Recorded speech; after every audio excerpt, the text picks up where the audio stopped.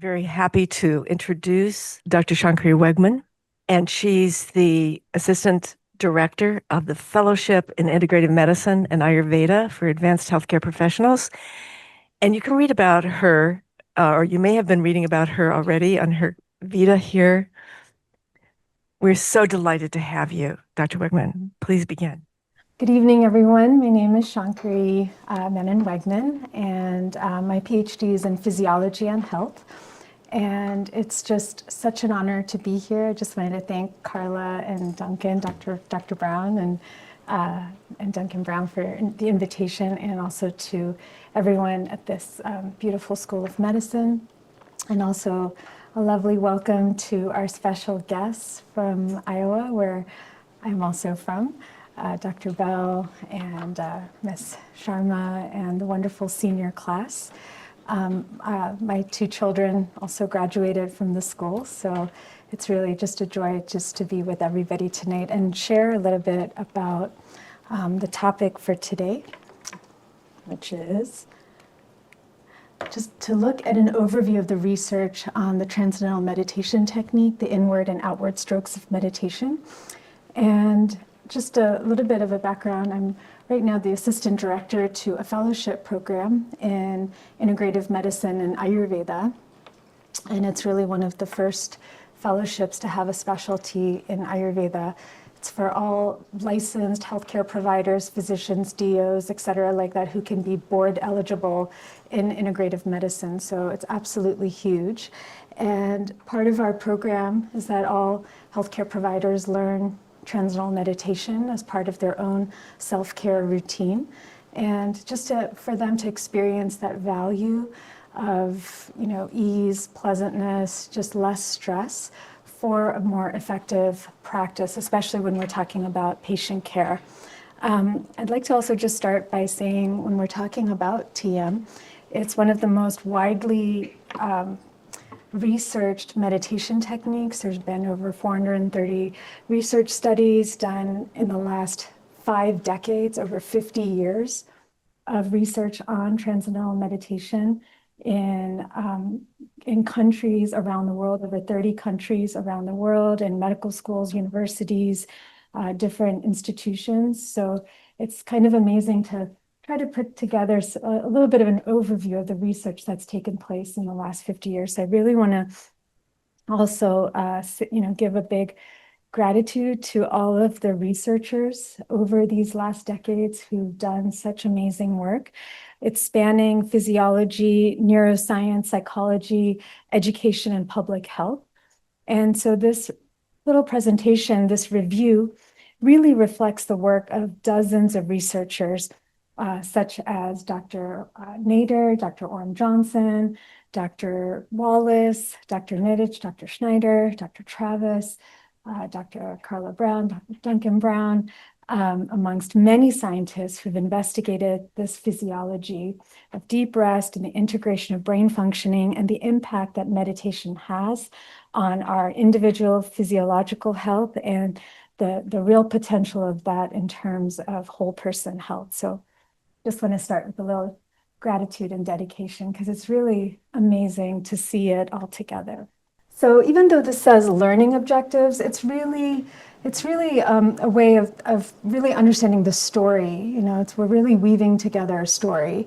And part of these is, in this talk, we'll look at these different aspects. We'll start first by reviewing the evidence that TM practice reduces stress during the practice and also outside of the practice. We'll also look at the evidence for increased brain integration, both during the practice and outside of the practice. And looking at, even this understanding of dose response, which is the evidence that twice-a-day meditation gives better results than just once-a-day meditation. And then we'll also look at the impact of transcendental meditation on empathy and learning outcomes in medical students. So to start out with, it's really beautiful to meditate all together tonight. It's a great way to start. Just to have that silent experience within. And during TM is really about that whole experience of the active mind settling down and experiencing these silent, quieter and quieter states. And this creates this feeling, this creates this feeling very naturally for the meditator of this feeling of pleasantness. It creates a nice feeling of effortlessness, of just this inner awareness. There's a feeling that many people also describe as just overall well-being, feeling blissful. And as the mind settles, the body also becomes a little bit more relaxed. I don't know why. Experiences different physiological markers of that experience of settling. So we can see that with EEG coherence. We can see that in terms of our breathing settling down.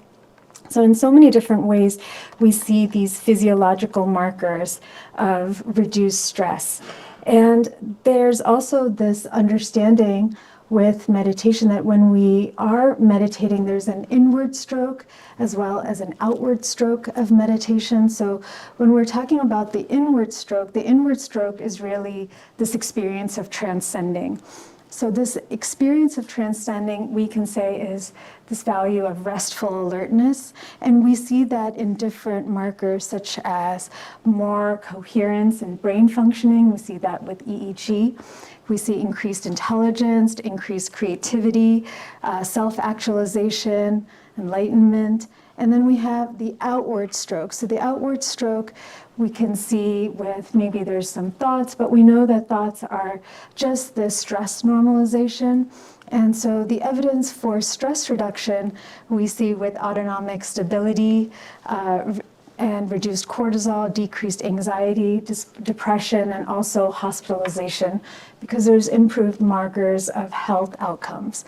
So really we can understand the research just very simply in these two values of inward and outward stroke.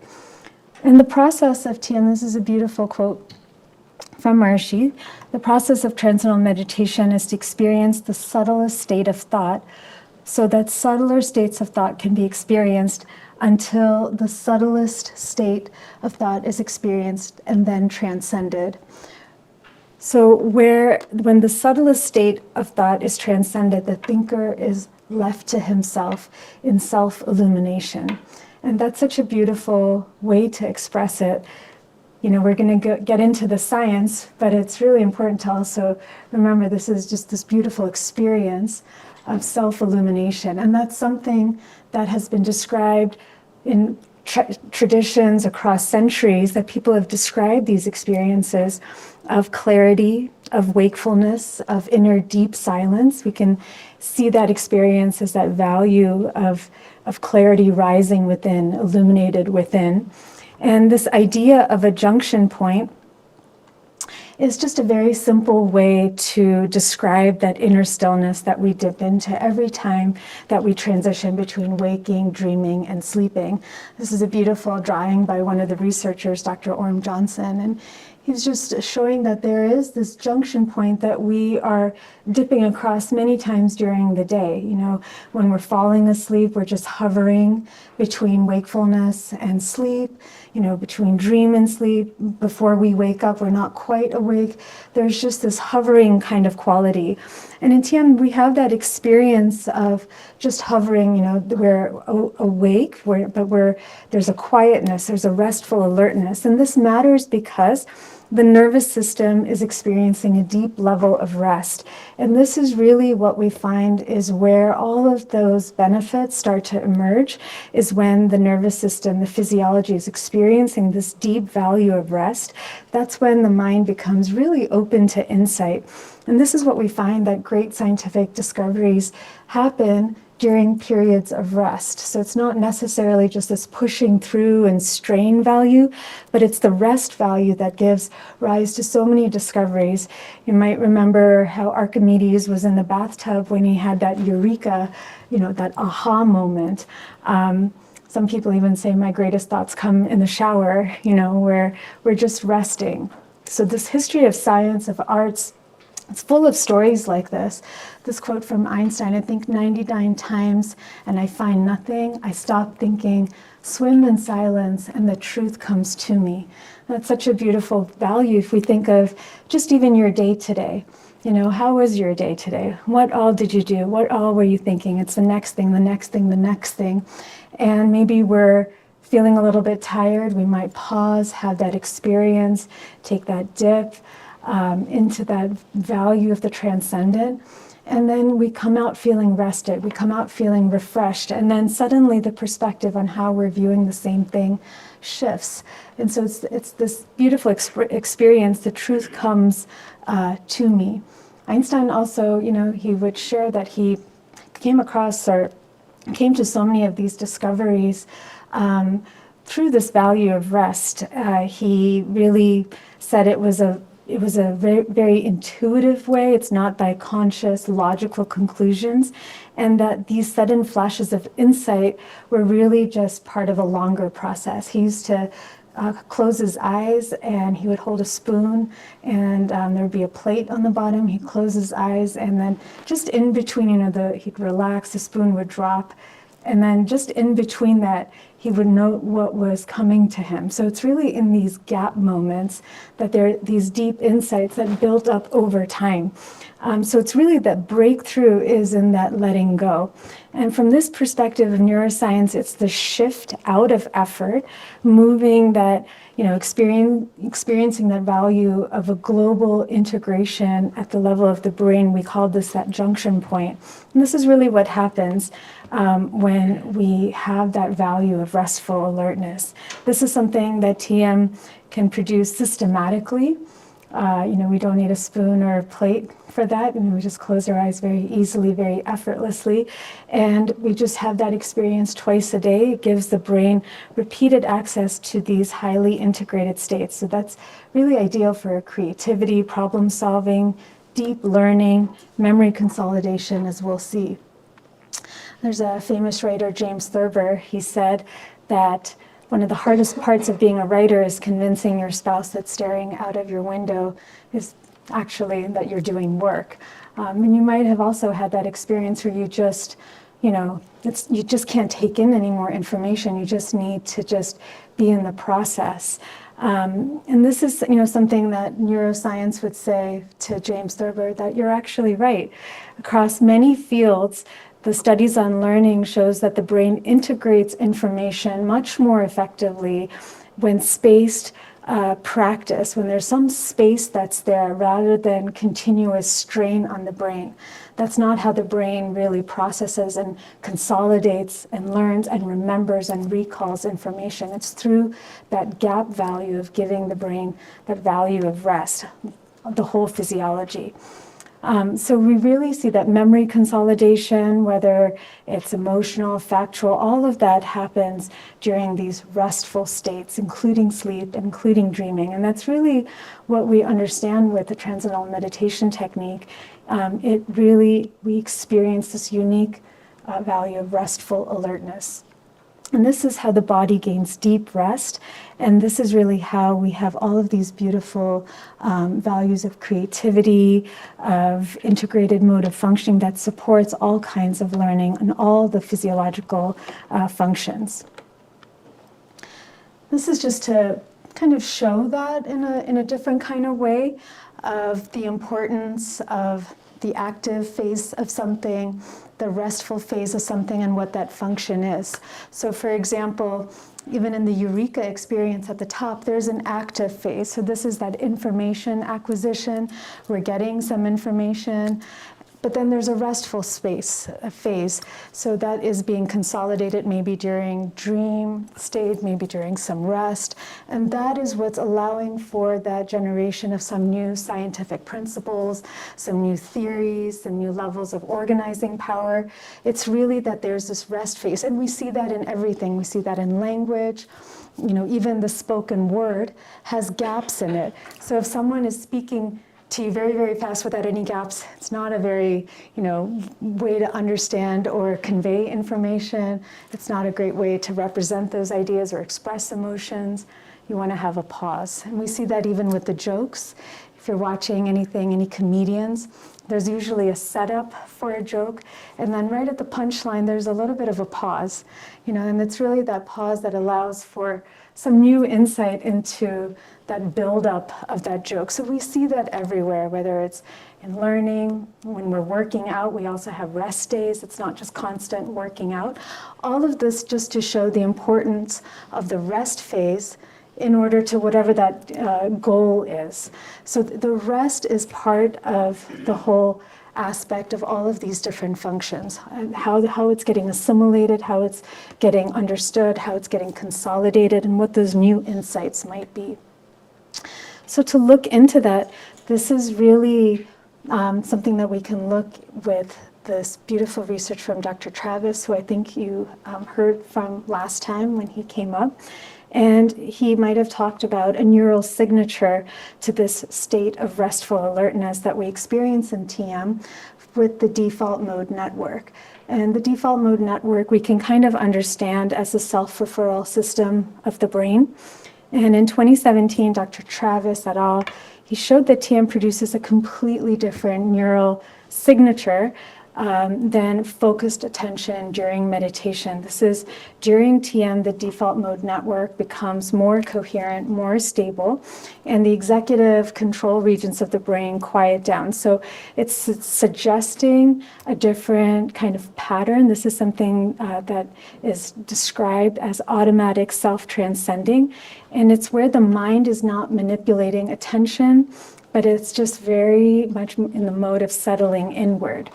We can see that object referral, which is kind of the opposite, where there's attention that's focusing attention on external objects, decreases that default mode network. So we're not really self-referral. This is where we see that activity of the DMN as decreasing.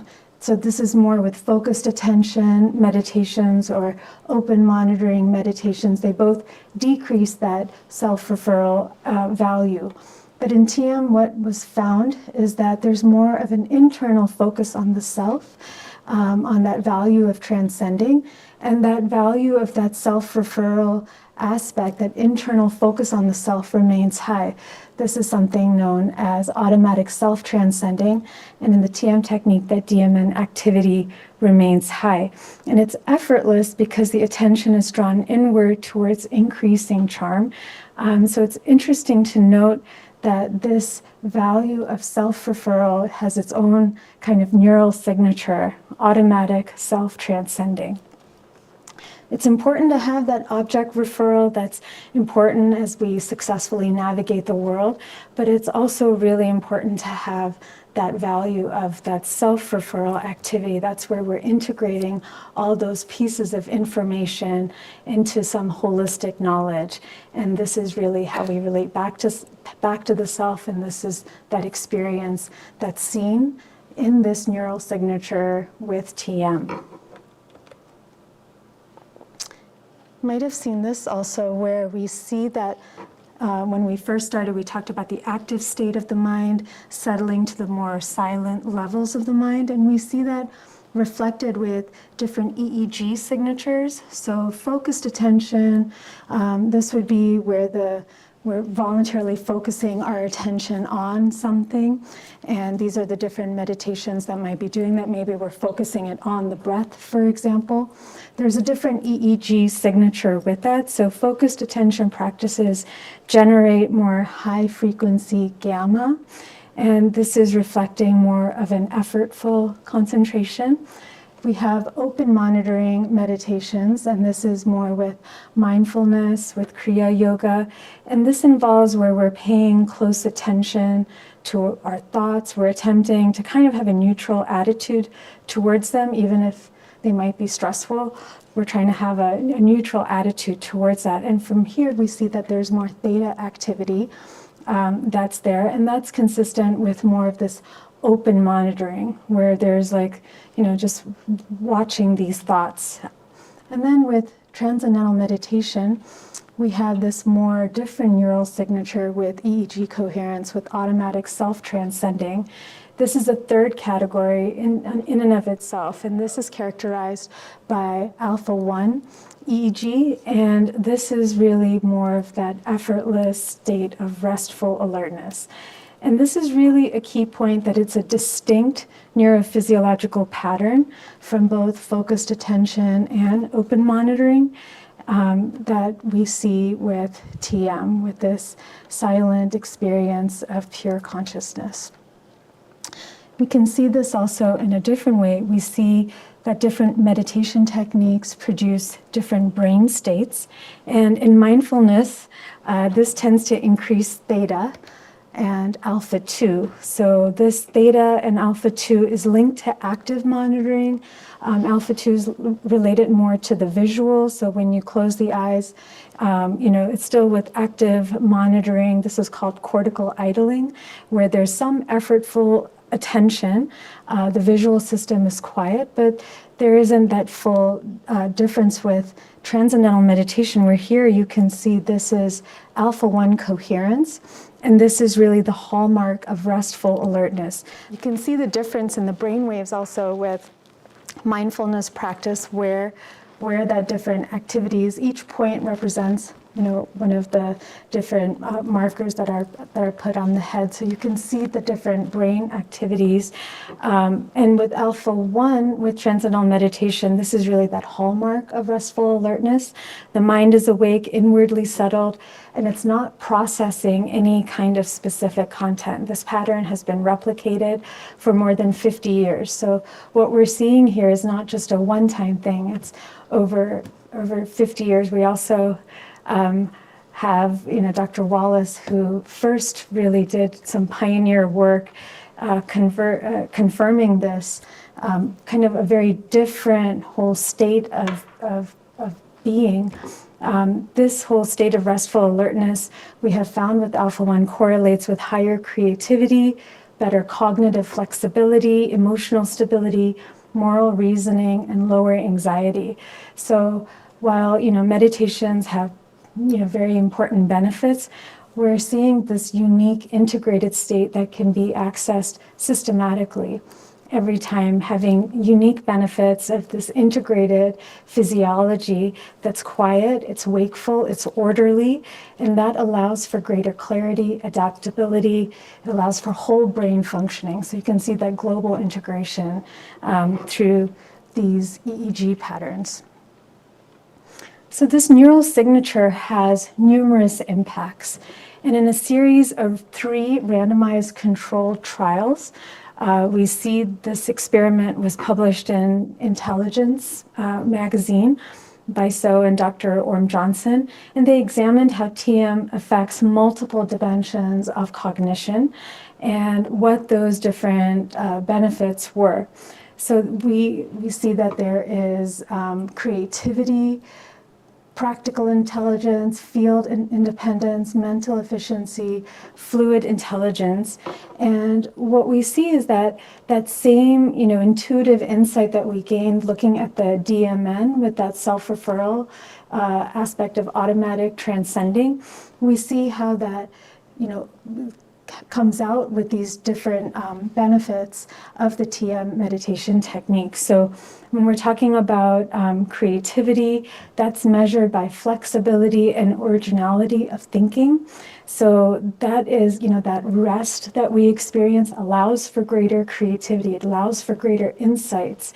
We also see that in terms of practical intelligence, that's then being able to apply that knowledge to the real world setting. So it's not just receiving knowledge, but how can it be then integrated and applied in a practical way?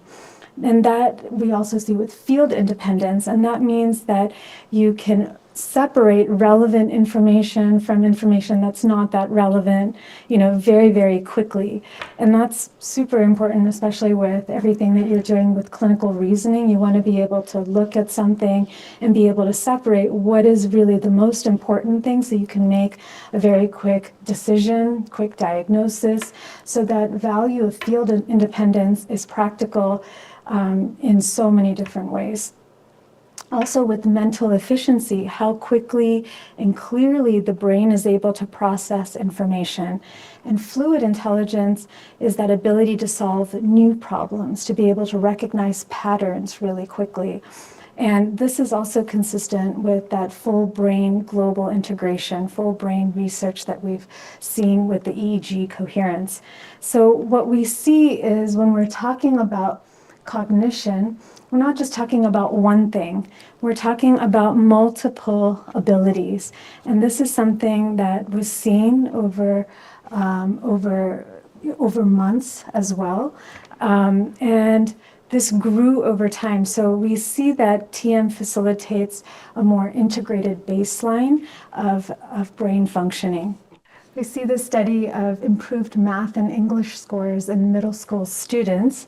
And this was a randomized controlled study that was done by Dr. Nijic and colleagues that was published in Education, the Journal of Education. And it looked at middle school students who were practicing TM twice daily, and they were found to have significant differences, improved scores in math and English. And this is just after a 3-month period of, a baseline and then 3-month post-test. And nothing else in the curriculum changed. The only difference was in the addition of TM to their twice daily practice, along with the rest of the, everything else that they're doing. And the researchers concluded really that it's that reduced stress that really helped to improve cognitive functions. And this aligns again with that neural integration, that restful alertness that we see in the TM research. And this was also interesting that they saw that along with that significance to math and English scores, when they did that composite, they found that the composite score was also significantly improved or highly improved. And this is very interesting because a composite score represents overall academic progress rather than just one subject. So overall, it was shown to have great improvement in cognitive abilities with these scores. So this can suggest that there is a huge way to help with academic functioning, to help narrow any kind of achievement gap, because this was done with students who were really far below academic standards, far below basic academic standards. So it shows a lot of feasibility to help at-risk students also bridge that achievement gap in a very quick way, even within 3 months. So that's huge in terms of what that might mean. The implications of that are huge in terms of education, even just one's own self-esteem, as well as, stress going through the education system. So this is very significant. But it's not just for young people. This study shows improved cognitive flexibility in the elderly. And we see that in this study, this was done at Harvard in the Journal of Personality and Social Psychology. They examined individuals in their 80s, and they were randomly assigned to a TM group or a structured mindfulness-based cognitive stimulation program group, or the relaxation response, or a no treatment control group. And cognitive flexibility is really the ability to override old habits and learn new materials. And this was assessed by having participants learn a revised version of the Pledge of Allegiance. And the TM group showed the greatest gains, representing just superior adaptability, cognitive flexibility, learning capacity. But what was more striking was the long-term results. And what they found at the 3-year follow-up is that 100% of the TM participants were still alive as compared to any of the control groups at 63 to 87% in that range of survival. So this really also indicates greatest improvement in overall quality of life, as well as, so it's not just cognitive functioning, but also greater resiliency and longevity. So it's not just for middle school. We see that this improvement in cognitive abilities, as we talked about in terms of creativity, in terms of practical intelligence, in terms of fluid intelligence, mental efficiency, that whole value is in the whole span of life, which is huge. If we think about it, it's not that the nervous system is just done at a certain point. There's greater possibilities for just reduction of stress, the impact that it has on so many different health markers, including learning and longevity, and this value of resilience, which we'll see as well. So seeing those results in the 80-year-old in the study, it raises the question, what's happening in the brain to produce these long-term changes? And one, we can look to this longitudinal study that was done by Dr. Travis and Dr. Arenander.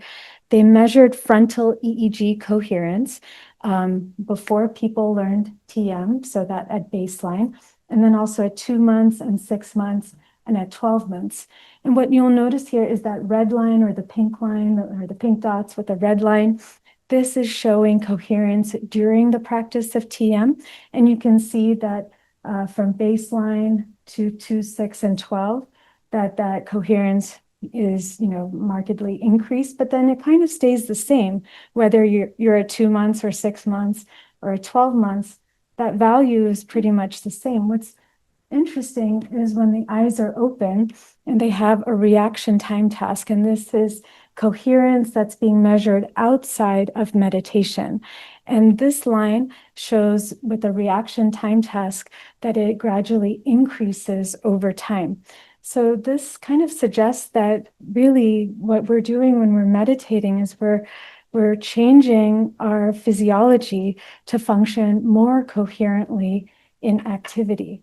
And that's really the goal. The goal isn't just to sit and meditate with the eyes closed the whole day. The goal is also to open the eyes and act so that everything in that action is more efficient, more enjoyable, because that stress value isn't the filter. That filter is being removed, and we're able to have a completely different understanding of the same world as it was before we closed our eyes, how it is when we open the eyes. So these eyes open tests, it's huge to see how that changes over 2 months, 6 months, 12 months. That's really what's so interesting, that the experience, once you have that experience, anyone, right away, they have that experience of coherence. But then it's just that continued practice over time, how it's changing that baseline so that the homeostasis that the body is experiencing, you're really creating a different kind of experience of the physiology as it's moving through the world. So even these reaction time tasks become very, very quick, because coherence is really growing cumulatively through this regular twice-a-day practice. So what exactly does coherence actually, what can it actually do for the physiology? So we can see this in this value of integrated brain functioning. When I showed this to my kids, they were like, "That's a little cringe, Mom. Please don't do that transition." But I did it anyway because I just felt like it was that dramatic. So I was trying to be dramatic. That was a little bit too cringe, but you can let them know, since some of them, I did it anyway. But this is just to show you how dramatic it really is, that the correlates of alpha EEG coherence have huge effects. Like, what is that experience of integrated brain functioning? We can see that in so many different ways. So we can see that higher coherence, it's supporting creativity, it's allowing that through enabling flexibility, integrated thinking, it's enhancing concept learning, which we can see there. Concept learning is really helping the brain link new ideas with prior knowledge, so we're having a completely different maybe way to solve something. We're also seeing better academic performance that's there, because attention, memory, problem solving are all operating a bit more efficiently. Coherence is also associated with higher moral reasoning, IQ, emotional stability, sociomoral reflection, because there's more of an integrated prefrontal cortex. So that's what's helping regulate our impulses, how we're processing everything. We see it being done much more effectively. And so when we're talking about sociomoral reflection, that's that capacity to go beyond one's own self-interest, right? So we can also see that internal regulation state has a lot of benefits in how we are integrating with those around us. Coherence is also linked to reduced anxiety through lower physiological arousal, the experience of transcendental consciousness, that neurophysiological signature that we talked about with inner wakefulness. It's creating more efficiency, and the brain is really starting to accomplish more by really doing less effort. So this really is that full picture of coherence in so many different ways, that it's not just, that my IQ is higher. There's so many different other aspects of how we are understanding the world around us, how we're interacting with the world around us, how we're interacting with people around us, with patients, that make a huge difference. So we see the impact of coherence on our individual physiology as well as those around us. It's also one of the most effective techniques really for reducing anxiety. This is a meta-analysis that was done of over 146 studies. That's a huge, huge difference that we see with TM. And this is studies that were done on trait anxiety at baseline. And, TM, the Transcendental Meditation technique, had one of the largest reductions. And trait anxiety is important because it's reflecting chronic stress load. It's how activated the nervous system is. And so reducing that baseline will have huge long-term value as well. So TM really stands out for not only its calming effect, but also that it's producing this enduring long-term reduction of anxiety that we carry into our daily life. So trait anxiety is how anxious we usually are, opposed to state anxiety, which is how anxious you are at a particular moment. We see another meta-analysis of 30 studies, and this is really looking at one step further with comparing TM with some other meditations and also mindfulness. And what it showed is that there's a reduction with trait anxiety, but there was a huge effect size. This is with that Cohen's, the standardized mean difference. And what we see is that TM showed the strongest effect of 0.9 compared to other meditations at 0.6. And the effect size tells us how big the change is. So like how really statistically large it is, that makes it more clinically meaningful. So this level of improvement that's felt in daily functioning, we can see that with increased stability, reduced reactivity, better coping under pressure. And that's really what's so important for whole person health, that there are huge emotional benefits in that same mechanism that we've been discussing with restful alertness, increased coherence, reduced sympathetic overdrive. That TM isn't really just, treating the symptoms. It's really going into that underlying mode of functioning that supports emotional, cognitive, physiological well-being all at once. So that's that inward stroke and that outward stroke. It's happening simultaneously. It's not just one and then the other. It's happening all together. And you might be hearing, whole person health is everything that medicine is going and moving in that direction. And that is really what this experience is. It is that whole value of that person, not just in terms of blood pressure, but their emotional state, their mental state, overall resilience, and also learning capacity from 13 onwards, even before. But it's really showing the impact of that and its longevity as well as resilience all at once. In this study, we see there's actually, this slide is combining 4 different studies, 4 independent studies in trauma-exposed groups.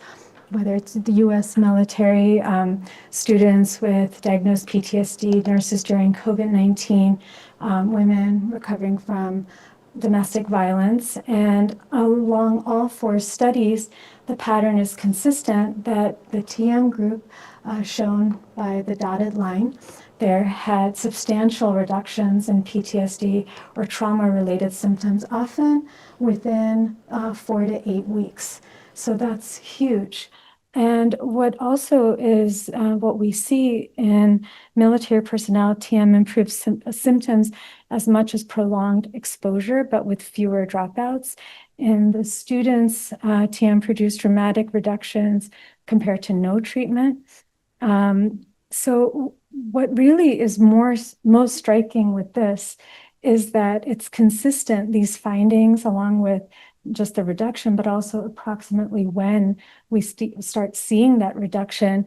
It's consistent across countries. It's consistent across ages. It's consistent across trauma types. And the comparison of all of this, it really helps to show that TM helps to stabilize these stress circuits without requiring individuals to maybe, remember again those traumatic memories. So it's providing a non-exposure pathway to recovery and resilience, which is kind of huge to see. And we can see that in terms of how is that it's really kind of the mirror opposite to the fight or flight expression of what happens in the physiology. So in fight or flight, we have faster breathing, we have increased heart rate, elevated blood pressure, we have more muscle tension. And we see with TM, there's kind of the opposite: decreased respiratory rate, decreased heart rate, decreased blood pressure, decreased muscle tension, less dry palms that's there. So there's more of a normalization. So we see that, with the autonomic nervous system that's made up of that fight or flight, that TM really shifts it back to more of that value of more of that parasympathetic experience, producing deep rest and providing more emotional stability. And this is linked to Dr. Wallace's early research that describes this as that wakeful hypometabolic state where the body is experiencing that deep value of rest, but the mind is still quietly alert. So that's why it's so different. It's restful alertness. And it's huge what that state we can see that in these different benefits. So just repeatedly shifting the system out of that sympathetic overdrive into this more restorative state allows the body to be more in that value of repair. It's building long-term resilience, and it's also giving a reset to all those stress circuits in the physiology. This is a study from Dr. Orm Johnson. One of the original, we see that shift of the autonomic system out of fight or flight, how it shows up with that real-time stress response. Dr. Orm Johnson was one of the first scientists to show that meditation could actually change how the body reacts to stress. This is something we take for granted now, but this is a classic study.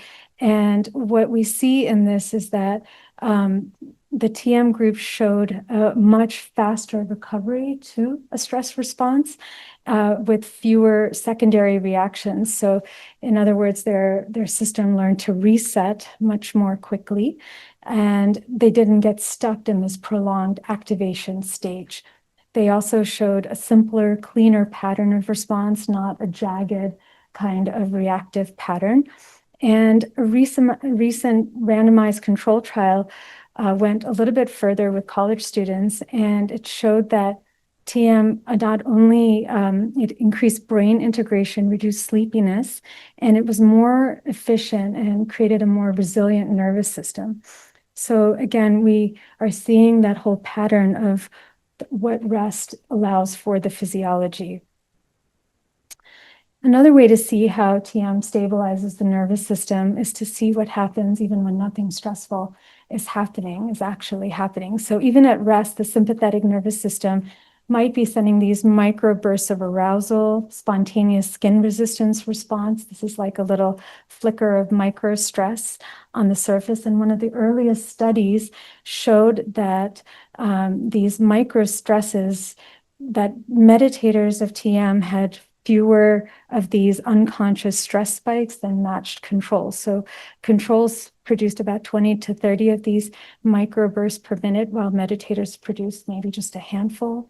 And so even when nothing stressful is happening, the body is still maintaining that very real regulated kind of physiology. So that kind of shows in practical terms what it gets translated to is better emotional regulation, clearer thinking under pressure, faster recovery from daily challenges, and really a baseline physiology that's supporting long-term health rather than being eroded by the impact of stress on the physiology. So that's really important, that even when nothing stressful is happening, the physiology is able just to maintain that homeostasis.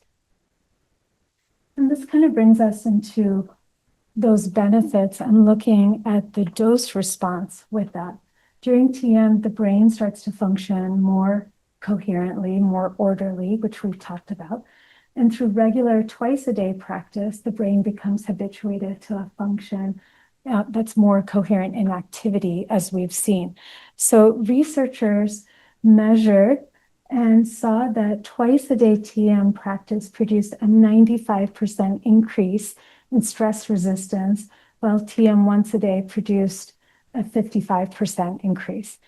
55% increase is huge. Don't want to discount that because it seems kind of like, 55. But if you just think of it, 55 is pretty amazing. 95 is kind of stunning, twice a day. So not to discount the 55, but 95% is quite amazing. So those who meditated twice a day, really what we're seeing is a fundamental physiological shift. And this gives the nervous system 2 deep recovery periods each day, and it allows it to reset and clear any accumulated stresses, establishing a more stable baseline. So just imagining that, waking up, starting the day feeling really clear, having that reset from the night, and then everything, all the activity that you go through, then taking a moment again to give the body a chance to reset so that accumulated stress isn't then creeping into your tomorrow. So that tomorrow you're not still carrying whatever has happened today. Those stresses have a chance to be, reduced so that the baseline is very strong. We have more to draw from. We have more reserves that are there. And that allows for quicker recovery from any kind of stressful encounters, whether it's at the emotional level or the physiological level. And for anyone that's working under pressure, especially, for example, in the healthcare industry, that is so important that there is that value of greater clarity throughout the day. And so this dose response is so important because what we're doing is really strengthening how we're able to absorb any shock, how we're able to, absorb any stresses. That's what we're strengthening, that ability to have long-term health and resilience and, all of those different benefits that we've talked about. And we've seen that also in something very specific in how it's strengthening resilience, but we see that in some real world clinical outcomes. Heart attacks, for example, and strokes are one of the leading causes of death, about 1.5 million deaths, and has a huge cost also. And this is really that stressed physiology that's really fueling this risk. And in this research, we see in a little over 5-year randomized controlled study of older adults who already had established heart disease, the TM group showed a 48% reduction in heart attacks, strokes, and all-cause mortality compared with health education controls. And that was with a practice where the average was about 8.5 sessions a week or so. And really, from a healthcare standpoint, that's huge. Almost a 50% reduction is huge for someone who already has that established heart disease. So we really see that with any kind of non-pharmacologic invention or anything to reduce it nearly by half. But really what was found is that this story gets even more dramatic, that with more regularity of practice, essentially twice a day practice, that reduction rose to 66%. So that's huge. This makes sense physiologically, as we've talked about. Regular TM is helping to reduce that sympathetic overdrive. It's improving vascular tone. It's reducing blood pressure. It's lowering that value of inflammation signaling. It's stabilizing the autonomic nervous system. And that's really what's so beautiful. It's just a very simple twice daily practice that can be maintained over years. And really, as we've seen, maintaining it over years also has broad range improvements of well-being. So not just at the level of cardiovascular resilience, but also to that value of cognitive clarity, overall healthy regulation. You can see this again in terms of PTSD, that twice a day TM practice decreased PTSD by 62%, while TM once a day produced a 48% decrease. So subjects practicing TM twice daily had more PTSD symptom reduction in 1 month than those practicing once a day for 3 months. That's a big, drastic difference just in 1 month, what twice daily practice can do. And imagining someone who's living with PTSD, that has huge impacts on how everyday functioning is also affected, how we move in the world, how we're able to connect with others around us, how we're able to accomplish all the tasks, however little they might be. It makes a huge difference of actually being able to participate in the world around us. So this huge difference, from once daily is amazing, but twice daily also shows a huge impact in terms of even in 1 month showing that reduction of those symptoms. And we see that in terms of resilience as well. And, when we're talking about resilience, this we can see once a day practice improved resilience, but about 25%, twice a day, 50%. And this was in a study of 103 students, and researchers found a clear relationship by how often students practice with how much their resilience scores increased. They became more capable of handling stress. They were more likely to attend class, stay engaged academically. And this is something that we see again and again with the data, that there's that ability to recover, adapt, stay balanced. And really the hallmarks of resilience is not that we can never, ever be, stressed. It's just this word resilience. It comes from that Latin root. It means to spring back. It means to rebound. And so when we're talking about resilience, you can think of that spring, it's able to bounce back. And that is really what is so beautiful, that TM strengthens that capacity, the speed at which the nervous system is able to return to that baseline. And it also shows how efficient that is. And when it's showing that efficiency, that shows the elegance of a system, that it's returning to homeostasis with all these complex different processes, and it makes it look so simple, it makes it look so seamless. But we can see that impact of resilience, that ability to bounce back. And so just to, start to come to the end of today, the impact of this consciousness-based self-care that we're doing with our practice of TM for medical students. This was done by Dr. Nader, Dr. Carroll, Dr. Travis, Dr. Bray, Dr. Gruner, Dr. Rothenberg, Duncan, and Dr. Carla Brown. And what this showed is a larger lens. This is the study, a larger lens. Medical students benefit from consciousness-based self-care. And in this study, really there are 3 areas: reduced stress and anxiety, whole health benefits, and increased productivity that was seen. And with whole health benefits, there were so many sub-benefits, which will, not sub-benefits, but specific benefits that we'll look at.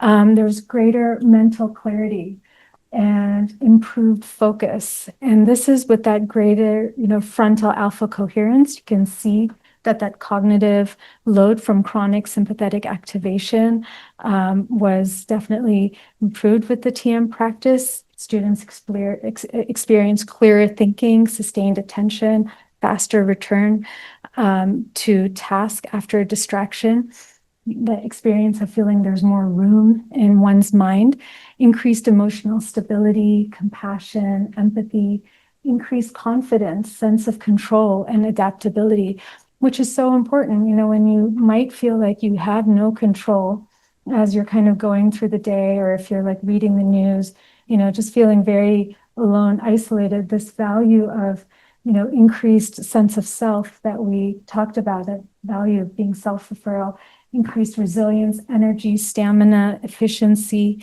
was also seen. And we see that deep physiological rest normalizes that autonomic nervous system, improved memory, recall, learning, and the ability to synthesize. That comes from that value of deep rest, that we're able to recall things easily, not be like, oh, it's kind of vague, kind of, blurry in there, but that ability to recall and synthesize was also improved with less effort. Improved sleep and relief from physical symptoms of anxiety, what we've talked about. And this is what students have also reported, that they've also experienced fewer symptoms, physiological symptoms, including headache. Improved relationships and teamwork, so important. And we know that with reduced stress, reactivity, and there's more empathy, that students felt they were better listeners. They responded with more patience. They communicated more effectively, all of which strengthened that clinical teamwork. And here we can see some of the experiences that people had. Students found that practicing TM really fostered that inner stability. And I'll just come and read a couple. These are from either fourth-year students, first or third-year students. I've become much more compassionate and tolerant towards myself and to those around me. I have a lot more patience when interacting with staff and patients. My compassion and tolerance towards myself and others grew as a result of practicing TM. I became a better listener. I was more at peace with myself, and that's huge. There's a whole value of the therapeutic relationship that doctors and patients have, and that value of being a better listener, being present with your patients, being present with those around you, has a huge impact. My relationships with those close to me have greatly improved because I'm much less stressed. I'm a better teammate to the rest of the residents and students on days that I meditate twice. I'm less irritated or annoyed. I've been able to sleep through the night more consistently. And this part I can definitely relate to, as my children will definitely tell me to go meditate, especially before there's an ask of something. I'm a little bit more like, sure. But this definitely, there's a resonance, a pattern that we see here. Students found that practicing the TM technique regularly fostered that silent inner stability, leading to spontaneous growth of empathy. So we see that students reported that the TM technique led to unusual clarity of mind, improved emotions, enhanced organizational and reasoning abilities. They developed a new ability to recall material from earlier lessons and rapidly and profoundly synthesize and make connections. Right now it's November. If you go back and remember lessons from September or October, and then imagine what's coming up in March or things like that, then we see that ability to recall rapidly, efficiently is so important. So overall, what has over 5 decades of research shown us about the TM technique? It shows huge effects on the autonomic nervous system and health, whether it's reducing stress in so many during meditation, outside of meditation. It's improving the stress reactivity across multiple systems. It's reducing medical care utilizations across all disease categories in all age groups, improving cognitive clarity across the lifespan, supporting emotional balance, highly effective way of reducing anxiety, as well as treating PTSD and other stress-related conditions, among some of the many benefits that we have seen. And so again, just to remember from where we started, we see that experience of TM, we see the impact of that in reduction of stress during meditation, outside the practice, increased brain integration during the practice, especially outside of the practice, that experience continues in how we interact with the world, with all of our different actions. Also, that twice a day meditation gives better results than once a day meditation. And even if you stop and think about where might be the challenges that you might be having with twice a day meditation, are you able to do the morning one? Is it challenging in the afternoon? Just maybe even taking a moment just to reflect on that. And then thinking about what are some strategies. It's always nice to have that meditation linked with another habit, like maybe waking up, doing the morning routine and then just sitting right away to meditate before we take out our phone or whatever it is, or, meditating before we go for exercise, or just linking it with something that's already established. I would always meditate before I go home, because once I go home, I know that I'm going to get sucked into whatever the activities are at home. So just making it like part of the schedule in some way is really helpful. And also even creating community. Maybe it's easier, just to ask, a couple of friends, let's maybe get together, meditate together, or once a week we'll all get together and meditate, something like that. And it starts to become just a part of your everyday habit. And your body will start to crave it also, right? At that time, I just want to close my eyes and meditate. And we have seen the impact of TM on empathy and learning outcomes in medical students as well. And so this is really, as future clinicians, all of this really matters, to care for others in a way that's really sustainable.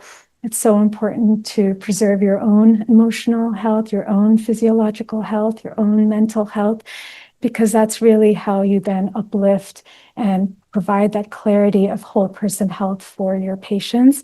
And also it's your own capacity to recover, to adapt, to stay centered, and to really, live that self-illumined life. And TM gives us a way to do that every single day. So thank you so much for having me here today. I'm wishing all of you the very best, excited for all of your future endeavors, and wishing you all the best.